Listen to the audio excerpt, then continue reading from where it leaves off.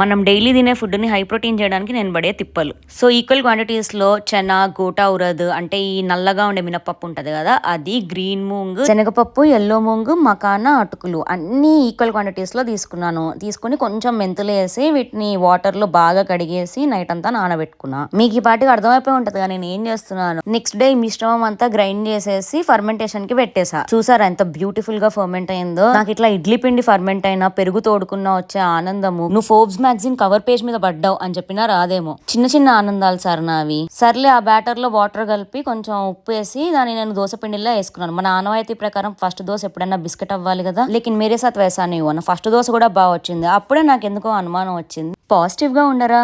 సరే పటాపటా 2 దోశలు వేసేసుకుని తినేసాను. దీని టేస్ట్ నార్మల్ దోశలానే ఉంది, పెద్ద తేడాగా ఏం లేదు. కాకపోతే కలరే కొంచెం బ్రైట్ గా వచ్చింది. అన్ని పప్పులు వేయడం వల్ల ఏమో. Taste is good. ఇన్ని పప్పులు వేసాం కాబట్టి మనం 2 దోశల కన్నా ఎక్కువ తినలేము. ఏదేమైనా బాగా చేసావురా. దోశలేయడంలో నీకు నువ్వే సాటి, నీకు లేరెవరు పోటీ. హిహిహి. దీన్ని నేను 2 రకాల చట్నీలతోటి లపక్ లపక్ అని కొమ్మేసా. సరే ఎప్పుడు చెప్పే రొటీన్ డైలాగ్ చెప్పేద్దాం. రెసిపీ ఎలా అనిపించిందో కమెంట్స్ లో చెప్పండి. ఈ వీడియో కనుక మీకు నచ్చితే don't forget to like, share and subscribe. అమ్మయ్య చెప్పేసా. Okay bye.